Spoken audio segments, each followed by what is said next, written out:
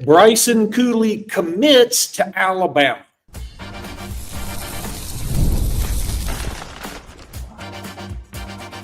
You are Locked On Bama, your daily podcast on the Alabama Crimson Tide. Part of the Locked On Podcast Network, your team every day. Hey, everybody, welcome back into Locked On Bama, AHSA Radio Network's Luke Robinson. That's me, Alabama Internet legend Jimmy Stein. That's him. Want to thank you, everydayers, for joining us every day. Because you join us every day, you've made Locked On the number one sports podcast network there is, and we're a part of it, so thank you. We had to go live. We had to, because a couple of things. First of all, Bryson Culie, he delayed his commitment. It seemed for all the world he was going to flip to Alabama on Wednesday. He didn't. There was some doubt. He finally does commit and sign with Alabama, and now he may be Alabama's best offensive line commitment. I like Jared Doty. Nothing against Bryson at all. I like Jared Doty myself, but Bryson is a huge pickup for Alabama because it's another national name in my mind. I'm not exactly sure off the top of my head where he's exactly ranked, but to me, he's a national top 150 player to me. By that, I mean he's a blue chipper. This is a kid that could have committed to Lane Kiffin's LSU. He could have committed to Brian Kelly's LSU.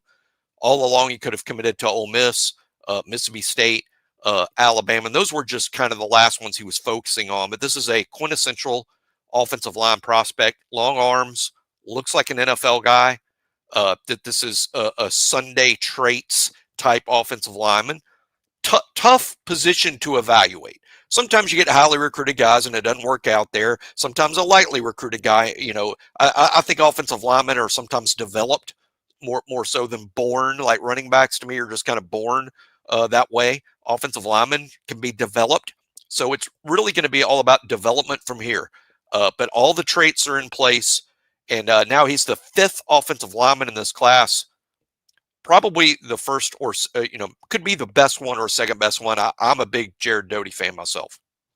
I hear you. I do want to tell everybody his measurements. He's 6'6", 337 pounds, arm length of 34.5 inches, wingspan 82.75 inches, hand size is 10, shoe size is a pretty tame 14.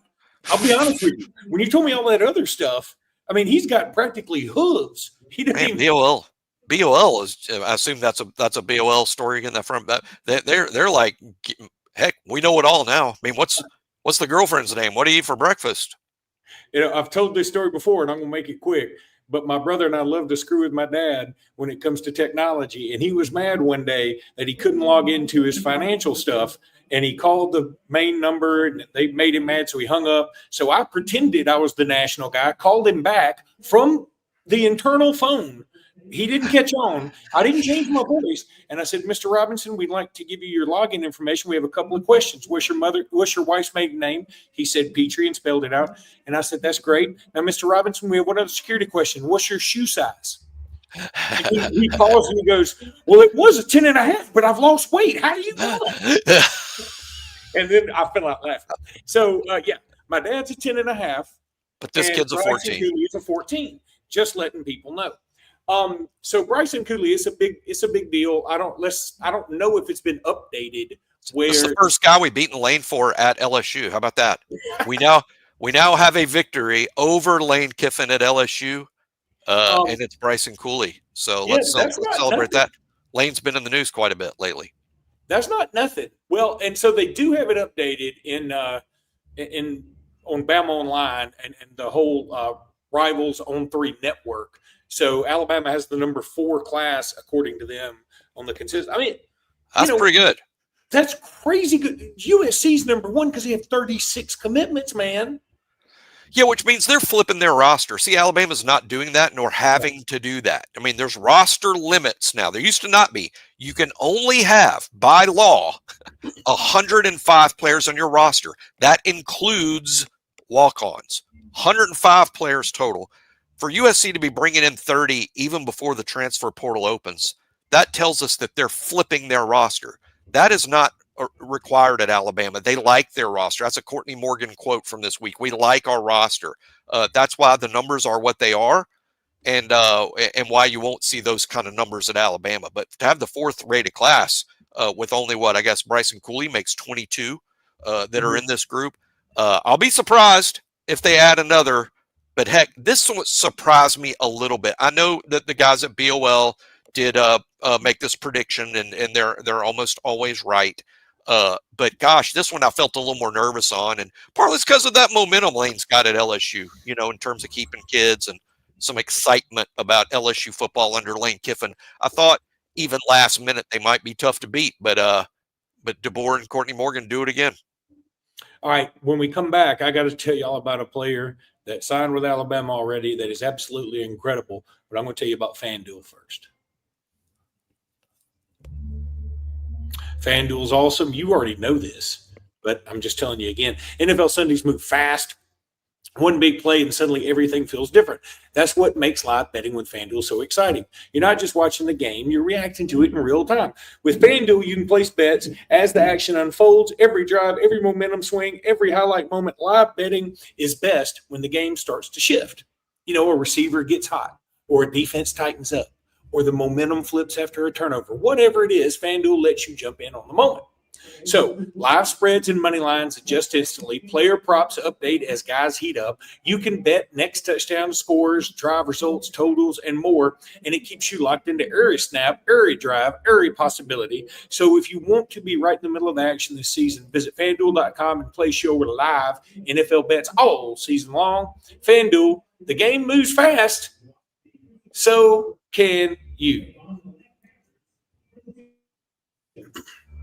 Okay, I'm about to have to leave here in a second, but I had to talk about this. I'm at the AHSA championships right now, the Super 7. I'm about to call the 2A state championship game between Lynette and Coosa Christian. I already talked in the earlier podcast about how I called the 1A state championship, Jaquez Wilkes, Nehemiah McCary, all that stuff.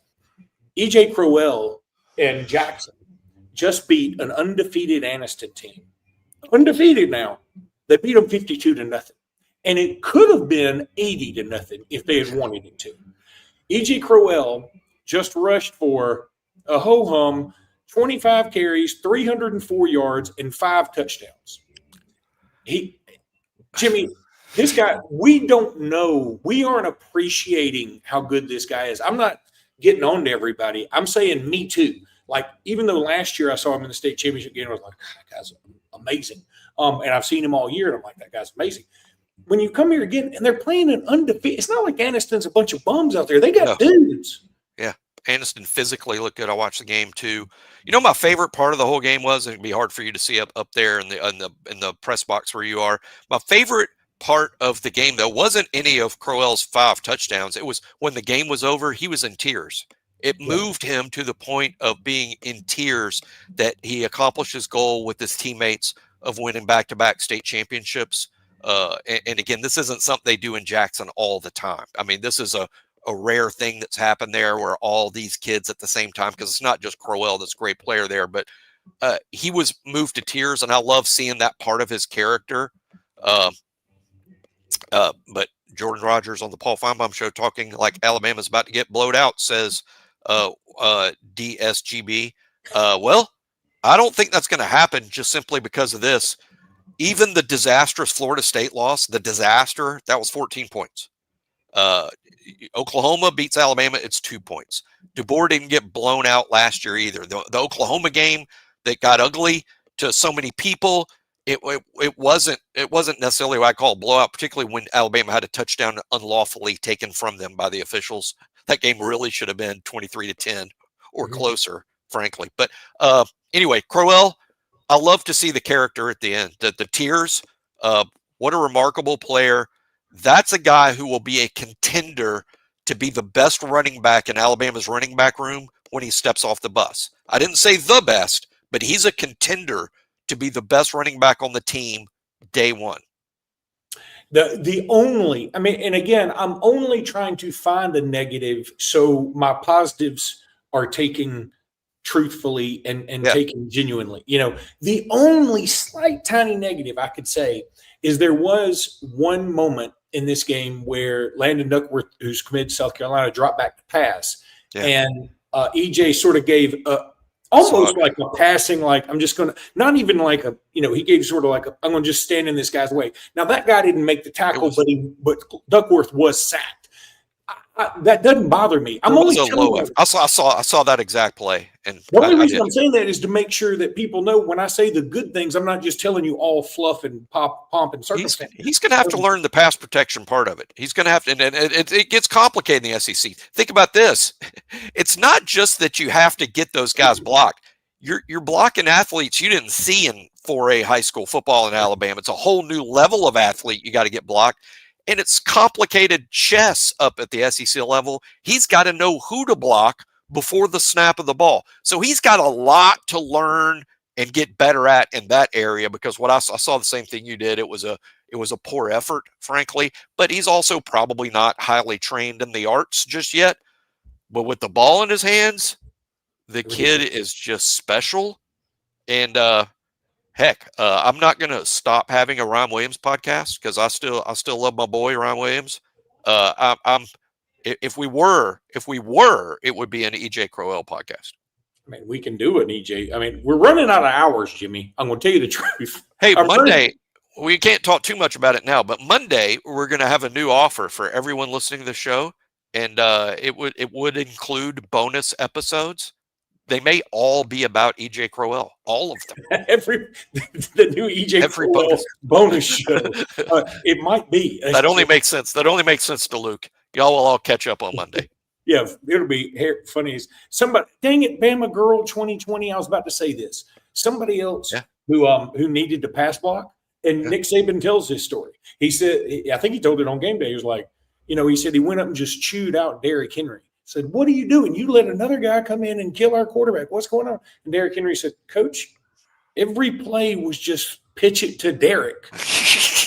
What do you want me to do? I didn't have to block anybody. What are you talking about? No, she made a good point. You know who was a very poor pass protector as a freshman and a sophomore? Poor Jam Miller. Now he's great. Now, and I know he's missed some lately, and I think some of it might be the season and being beat up, the concussion and stuff. But I'm just saying, Jam Miller went from being very bad at it as a young back to being really good at it as an older back. So that's kind of what I expect with EJ Crowell. He won't be great early. He'll get better if he wants to, and he'll need to want to, because it's how you get on the field.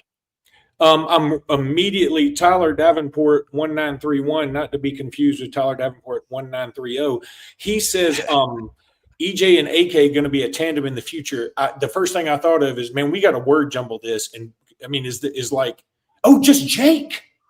We got Jake in the back. Jake, Jake. Nice. Look at you. Look at you with the word. With T-shirt jumble. Jumble. Is that what jumble is? I don't even know. I'm a big Scrabble guy. For those who don't know, you do. I love me some Scrabble. That's how you saw Jake there quickly.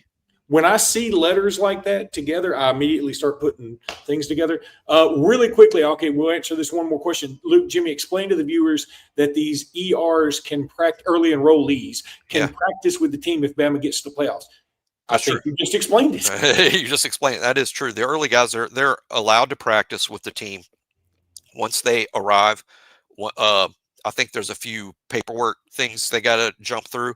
But yes, they can practice with the team for these postseason games and the bowl game, but they cannot play. There's no path to playing.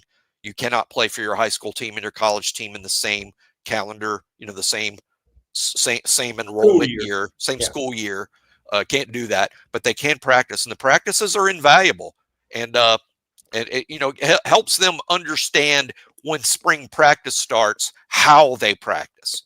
You're not learning necessarily the scheme like you will in the spring, but you're learning how they practice, where to be, what time, what group, where do I go. It's all very valuable for these guys. But yes, they can practice, and we might see them out there as soon as whenever they start practicing for the first round of the playoffs. That becomes official Sunday. I've got to bounce because I'm about to call this 2A state championship game where I will be calling Rush Probst. And if you had told me 15 years ago, maybe 20 years ago when I first started doing this, that, hey, Luke, you're going to be calling Rush Probst in state championships again, I'd be like, man, he stayed at Hoover a long time. Rush Pro's been through a lot, bro. So, okay, that's going to do it for today's podcast. We'll be back tomorrow with a reaction show. Reaction show. Roll Tide, everybody. Roll Tide.